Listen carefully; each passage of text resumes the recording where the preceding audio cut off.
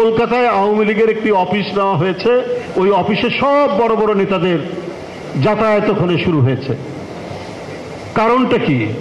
দেশে আর জায়গা হলো না, সবাই বলে এখানে জঙ্গি, সব খারাপ লোক। আজকে কলকাতায় আওয়ামী লীগের অফিস আপনারা খুললেন কেন? শেখ হাসিনা ভালোবাসেন তার বোন, তার ছেলে, তার মেয়ে, তার নাতি নাতনি ছাড়া আর কাউকে ভালোবাসতেন না। এই কারণে তার গোপালগঞ্জে বাড়ি, তার ঢাকা শহরে সুধা ভবন সব থাকার পরেও নির্লজ্জের মতো পূর্বাচলের 60 কাঠা জায়গা নিয়েছেন। এত সাম্প্রদায়িক, এত সেকুলার, আর পার্শ্ববর্তী দেশ আপনাকে জায়গা দেয়, আর ওইখান থেকে বাংলাভাষী মুসলমান যারা তারা টিকতে পারছে না, তাদেরকে পুশিং করছে এইখানে।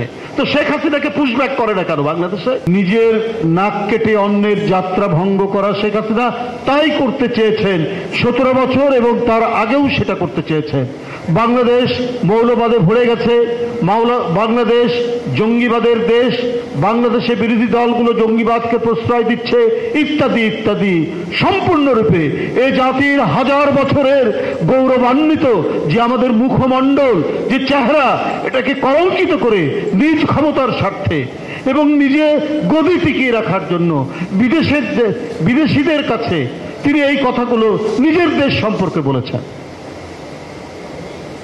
শুধুমাত্র তিনি ভালো, তিনি অসাম্প্রদায়িক, আর সবাই হচ্ছে সন্ত্রাসী, জঙ্গি, অন্যান্য রাজনৈতিক দলগুলো। আজকে আপনাদের বক্তব্যে শেখ হাসিনার এই ঘৃণ্য মনোবৃত্তির উপযুক্ত জবাব দিয়েছেন।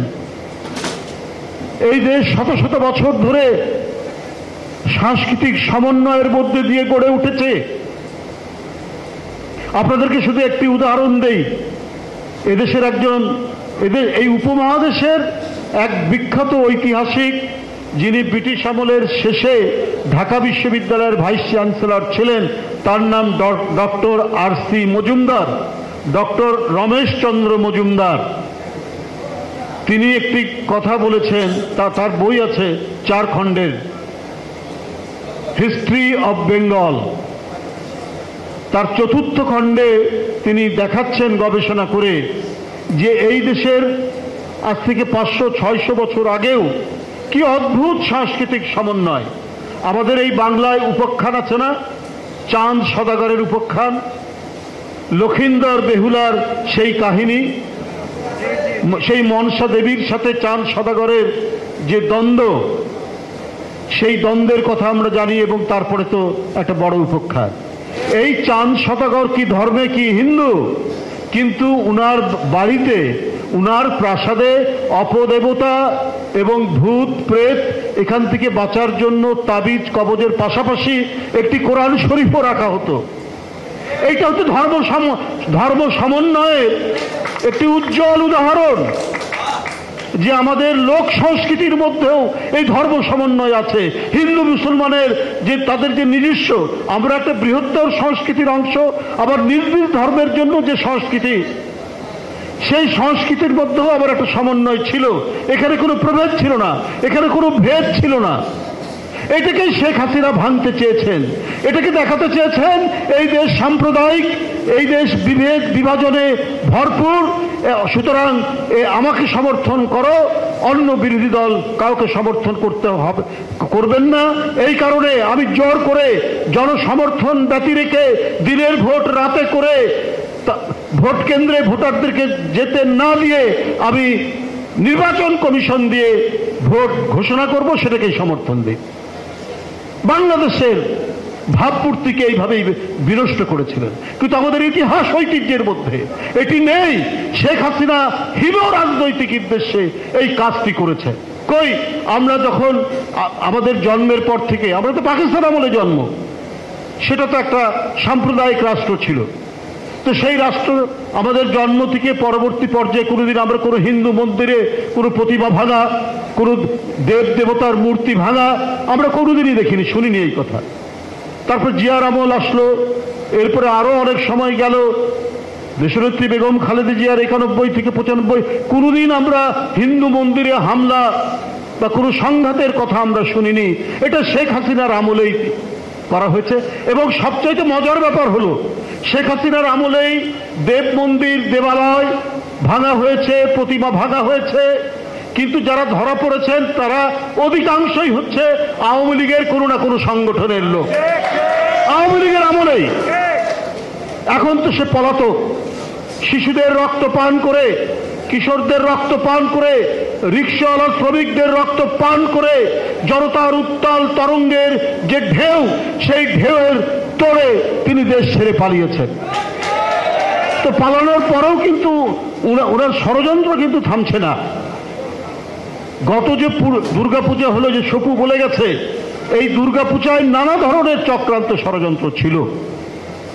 এই চক্রান্ত ষড়যন্ত্র একসাথে আমরা মোকাবেলা করেছি, হিন্দু মুসলমান সকল ধর্ম মিলে, সকল ধর্ম সম্প্রদায়ের মানুষ মিলে করেছে না?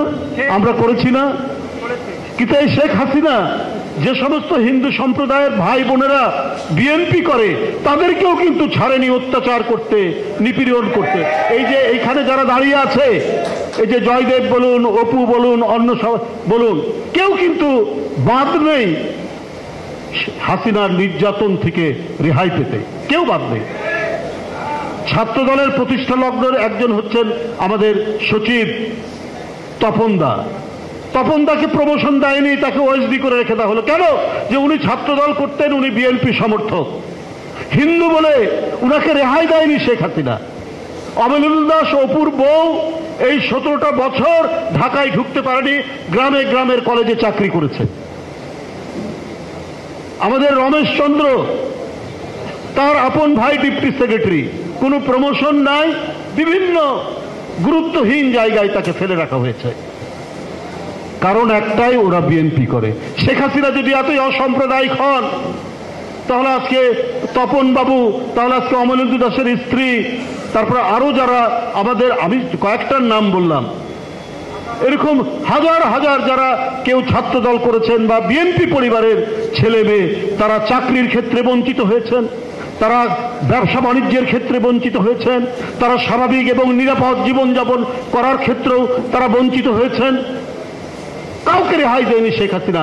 শেখ হাসিনা ভালোবাসেন তার বোন, তার ছেলে, তার মেয়ে, তার নাতি নাতনি ছাড়া আর কাউকে ভালোবাসতেন না। এই কারণে তার গোপালগঞ্জে বাড়ি, তার ঢাকা শহরে সুধা ভবন, সব থাকার পরেও নির্লজ্জের মতো পূর্বাচলের 60 কাঠা জায়গা নিয়েছেন জয়ের নামে, পুতুলের নামে, নাতনির নামে, তার ভাগ্নের নামে, সবকিছু তাদের নামে। তাই বন্ধুরা আমার, ও নিজেকে ছাড়া আর কাউকে ভালোবাসতো না। আর দলের কিছু লোক যাদেরকে অবাধে সুযোগ দিয়েছিলেন টাকা পাচার করতে, লুট করতে, দুর্নীতি করতে, এবং এই লুটেরারা এই প্রচন্ড জনতার ক্ষোভের মুখে তাদেরকে চলে যেতে হয়েছে। এই জন্য শেখ হাসিনা এখনো নিজেকে সামাল দিতে পারছেন না। যখন তখন পার্শ্ববর্তী দেশ থেকেই উলট পালট কথাবার্তা বলছে। আবার আজকে দেখছি বিবিসি, একটি আন্তর্জাতিক গণমাধ্যম, তারা বলছে কলকাতায় আওয়ামী লীগের একটি অফিস নেওয়া হয়েছে, ওই অফিসে সব বড় বড় নেতাদের যাতায়াত ওখানে শুরু হয়েছে। কারণটা কি? দেশে আর জায়গা হলো না, সবাই বলে এখানে জঙ্গি, সব খারাপ লোক। তা আজকে কলকাতায় আওয়ামী লীগের অফিস আপনারা খুললেন কেন? এটা তো আজকে সকলের প্রশ্ন। আপনি নিজের কথাই বলতেন, জনগণ আপনাকে সাপোর্ট করে, এত কিছু করে, তাহলে আজকে আপনি পালিয়ে গেলেন কেন? বেগম জিয়া পালায়নি, তারেক রহমান পালায়নি, বিএনপির এত নেতা এত অত্যাচার সহ্য করেছে, এত মিথ্যা মামলা, এত নাশকতার মামলা, এত ধরনের নিপীড়ন, নির্যাতন আর উৎপীড়নের মধ্যেও এই মৃত্তিকা, এই মাটি, এই নদী, এই বৃক্ষ, এই বাংলার মানচিত্র ছেড়ে কেউ যায়নি, কেউ পালায়নি। বন্ধুরা আমার, এই সকল দৃষ্টান্ত তো তার বাবার। সাম্প্রদায়িকতার কথা বললেন,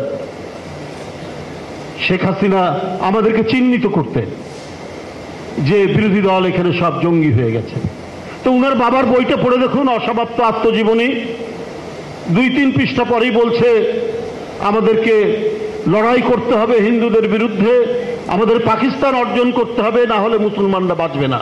তার মেয়ে আপনি এত সাম্প্রদায়িক, এত সেকুলার, আর পার্শ্ববর্তী দেশ আপনাকে জায়গা দেয়, আর ওইখান থেকে বাংলাভাষী মুসলমান যারা তারা টিকতে পারছে না, তাদেরকে পুশিং করছে এইখানে।